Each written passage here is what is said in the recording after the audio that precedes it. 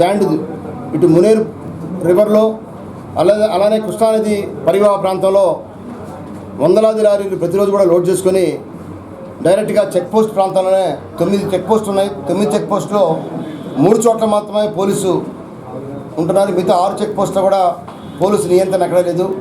దాని మీద ఎక్కడ కూడా ఏ అధికారి కూడా లేకపోవడం వల్ల యథాచ్ఛేదిగా లారీలు వందలాది లారీలు వెళ్తూ ఉన్నాయి. వీటి వెనకాల జగ్గయ్యపేట శాసనసభ్యుడు శ్రీరామ్ రాజగోపాలు ఆయన సోదరులు ప్రతి లారీకి కూడా 20,000 రూపాయలు తీసుకొని ప్రతి లారీకి అంటే సుమారుగా ప్రతిరోజు వందలాది లారీలు వెళ్తున్నాయి. అంటే ప్రతిరోజు 20 లక్షల రూపాయలు, రోజుకి 20 లక్షల రూపాయలు శాండ్ మీద ఎమ్మెల్యేకి వస్తూ ఉన్నాయి. అంటే నెలకి సుమారుగా 60 లక్షల రూపాయలు ఒక శాండ్ మీద ప్రతిరోజు వెళ్తూ ఉన్నాయి. దీనికి వెనకాల పోలీసు పూర్తి అండదండలు ఉన్నాయి. నాదుడు లేపడం వల్ల లారీలు పూర్తిగా వెళ్ళిపోతున్నాయి. దీని మీద పూర్తిగా ప్రభుత్వం యొక్క బాధ్యత ఉంది. రాష్ట్ర ముఖ్యమంత్రి మరి దీని మీద వాల్టా యాక్ట్ కట్టండి, లారీ యజమానికి నాన్ బెయిలబుల్ కేసు పెట్టండి అని చెప్పి ముఖ్యమంత్రి అంటాడు. దీని మీద ఎక్కడ కూడా నియంత్రణ అనేది లేదు. కాబట్టి ఇవాళైనా సరే ఈ స్థానిక శాసనసభ్యుడు శ్రీరామ్ రాజగోపాల్ మీద ప్రభుత్వానికి చిత్తశుద్ధి అనేది ఉంటే రాష్ట్ర ముఖ్యమంత్రి చంద్రబాబు నాయుడు గారు మరి ఈ మధ్య కూడా చెప్పారు, శాసనసభ్యులైనా పార్లమెంట్ సభ్యులైనా గ్రామ సర్పంచ్ అయినా నేరం చేస్తే ఎక్కడ కూడా అంగీకరించే పరిస్థితి అని చెప్పి అంటున్నారు ఒక పక్క. మరొక పక్క దోపిడీ మాత్రం బాగా ఎక్కువ జరుగుతూ ఉంది. ఈ దోపిడీని అరికట్టాలి. కోట్లాది రూపాయలు చేతులు మారుతూ ఉన్నాయి ప్రతి మాసం. కేవలం ఇసుకే కాదు, ఇవాళ ఫెయిర్ పేష బియ్యం ప్రతి నెల 1వ తారీఖు నుండి 10వ తారీఖు లోపు సుమారుగా 20 లారీలు బియ్యం ఇక్కడ ఒకచోట కాకుండా నందిగాం ప్రాంతం నుంచి కంచిచల్ల ప్రాంతం నుంచి కూడా బియ్యాన్ని కొనుగోలు చేసి ఇక్కడ రైస్ మిల్స్లో స్టాక్ పెట్టి ఈ రైస్ మిల్స్ ద్వారా ఇవాళ ప్రత్యేక రాత్రిపూట లోడ్ చేసుకుంటూ తెలంగాణ ప్రాంతానికి వెళ్తూ ఉంది. దాని మీద ఎక్కడ నియంత్రణ లేదు. సివిల్ సప్లైస్ డిపార్ట్మెంట్ చెప్పాం, ఇవాళ విజిలెన్స్ డిపార్ట్మెంట్ శాఖ చెప్పినా కూడా ఎక్కడ దీని మీద అడ్డుకునే నాదుడు ఎవరు లేడు.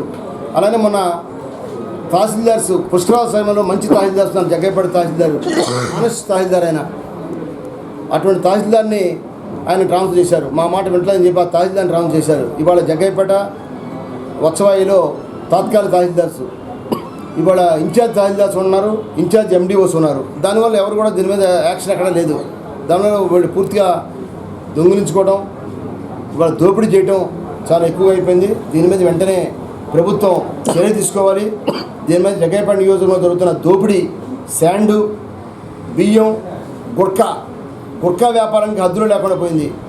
తెలంగాణ ప్రాంతం నుంచి ఆంధ్ర ప్రాంతానికి గుర్కా వస్తూ ఉంది. ఇక్కడి నుంచి విజయవాడ దాకా గుట్కా వ్యాపారం కోట్లాది రూపాయల వ్యాపారం జరుగుతుంది. ఇక్కడ గుట్కా పాయింట్లు ఉన్నాయి. గుట్కాలు అమ్మేవాళ్ళు నెలల 5 లక్షలు 6 లక్షల రూపాయలు ఎమ్మెల్యేలకు ఇచ్చుకోవడం, ఆ ఎమ్మెల్యేలు ఇచ్చిన వాళ్ళని గుట్కాలు అమ్మనేయటం. ఎవరైతే ఎమ్మెల్యేకి నెలకు 5 లక్షల రూపాయలు ఇవ్వలేదో వాళ్ళు వెంటనే వాళ్ళ మీద అక్రమ కేసులు పెట్టి అరెస్ట్ చేయించడం. గుండా